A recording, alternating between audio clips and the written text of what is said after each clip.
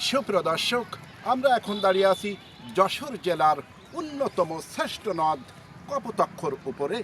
আমরা দেখতে পাচ্ছি কপোতাক্ষ নদের বর্তমান অবস্থা, আর অতীতের কপোতাক্ষ নদের অবস্থা কী ছিল সে সম্পর্কে আমরা জানব। এলাকার একজন বর্ষিয়ান ব্যক্তিত্ব, তিনি পেশায় শিক্ষক।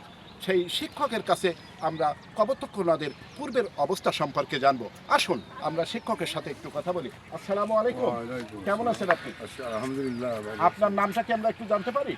আমার নাম মোহাম্মদ আব্দুল সত্তার। মোহাম্মদ আব্দুল সত্তার। আপনি পেশায় একজন শিক্ষক ছিলেন, আমি শিক্ষক ছিলাম, আর বর্তমানে আপনি রিটায়ার্ড। রিটায়ার। আর আপনার গ্রামের নাম কি?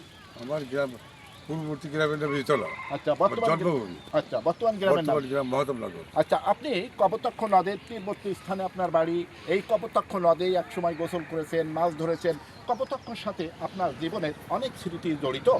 আপনি আপনার শৈশবকালে কপোতাক্ষ নদকে কীভাবে দেখছেন, আর বর্তমানে আপনি কপোতাক্ষ নদকে কীভাবে দেখছেন একটু জোরে বলুন। আমি শৈশবকালে যে নদী যেভাবে দেখছিলাম, তা ওই নদী সংস্কার করার পরে, কাটার পরে এখন বর্তমান অবস্থা দেখা যাচ্ছে ভালো, আগের থেকে ভালো। আগের থেকে ভালো।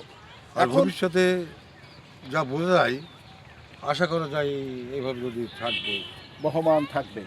আপনি বহমান থাকবে। আপনি বিশ্বাস করেন নদী সংস্কারের পরে, অর্থাৎ নদী খননের পরে নদীর বর্তমান অবস্থা কিছুটা ভালো। কিছুটা আর ভালো। এই যদি নদী আবার পুনরায় সংস্কার না করা হয়, তাহলে কি আগামী 20 বছর পরে নদীর অস্তিত্ব বিলীন হবে?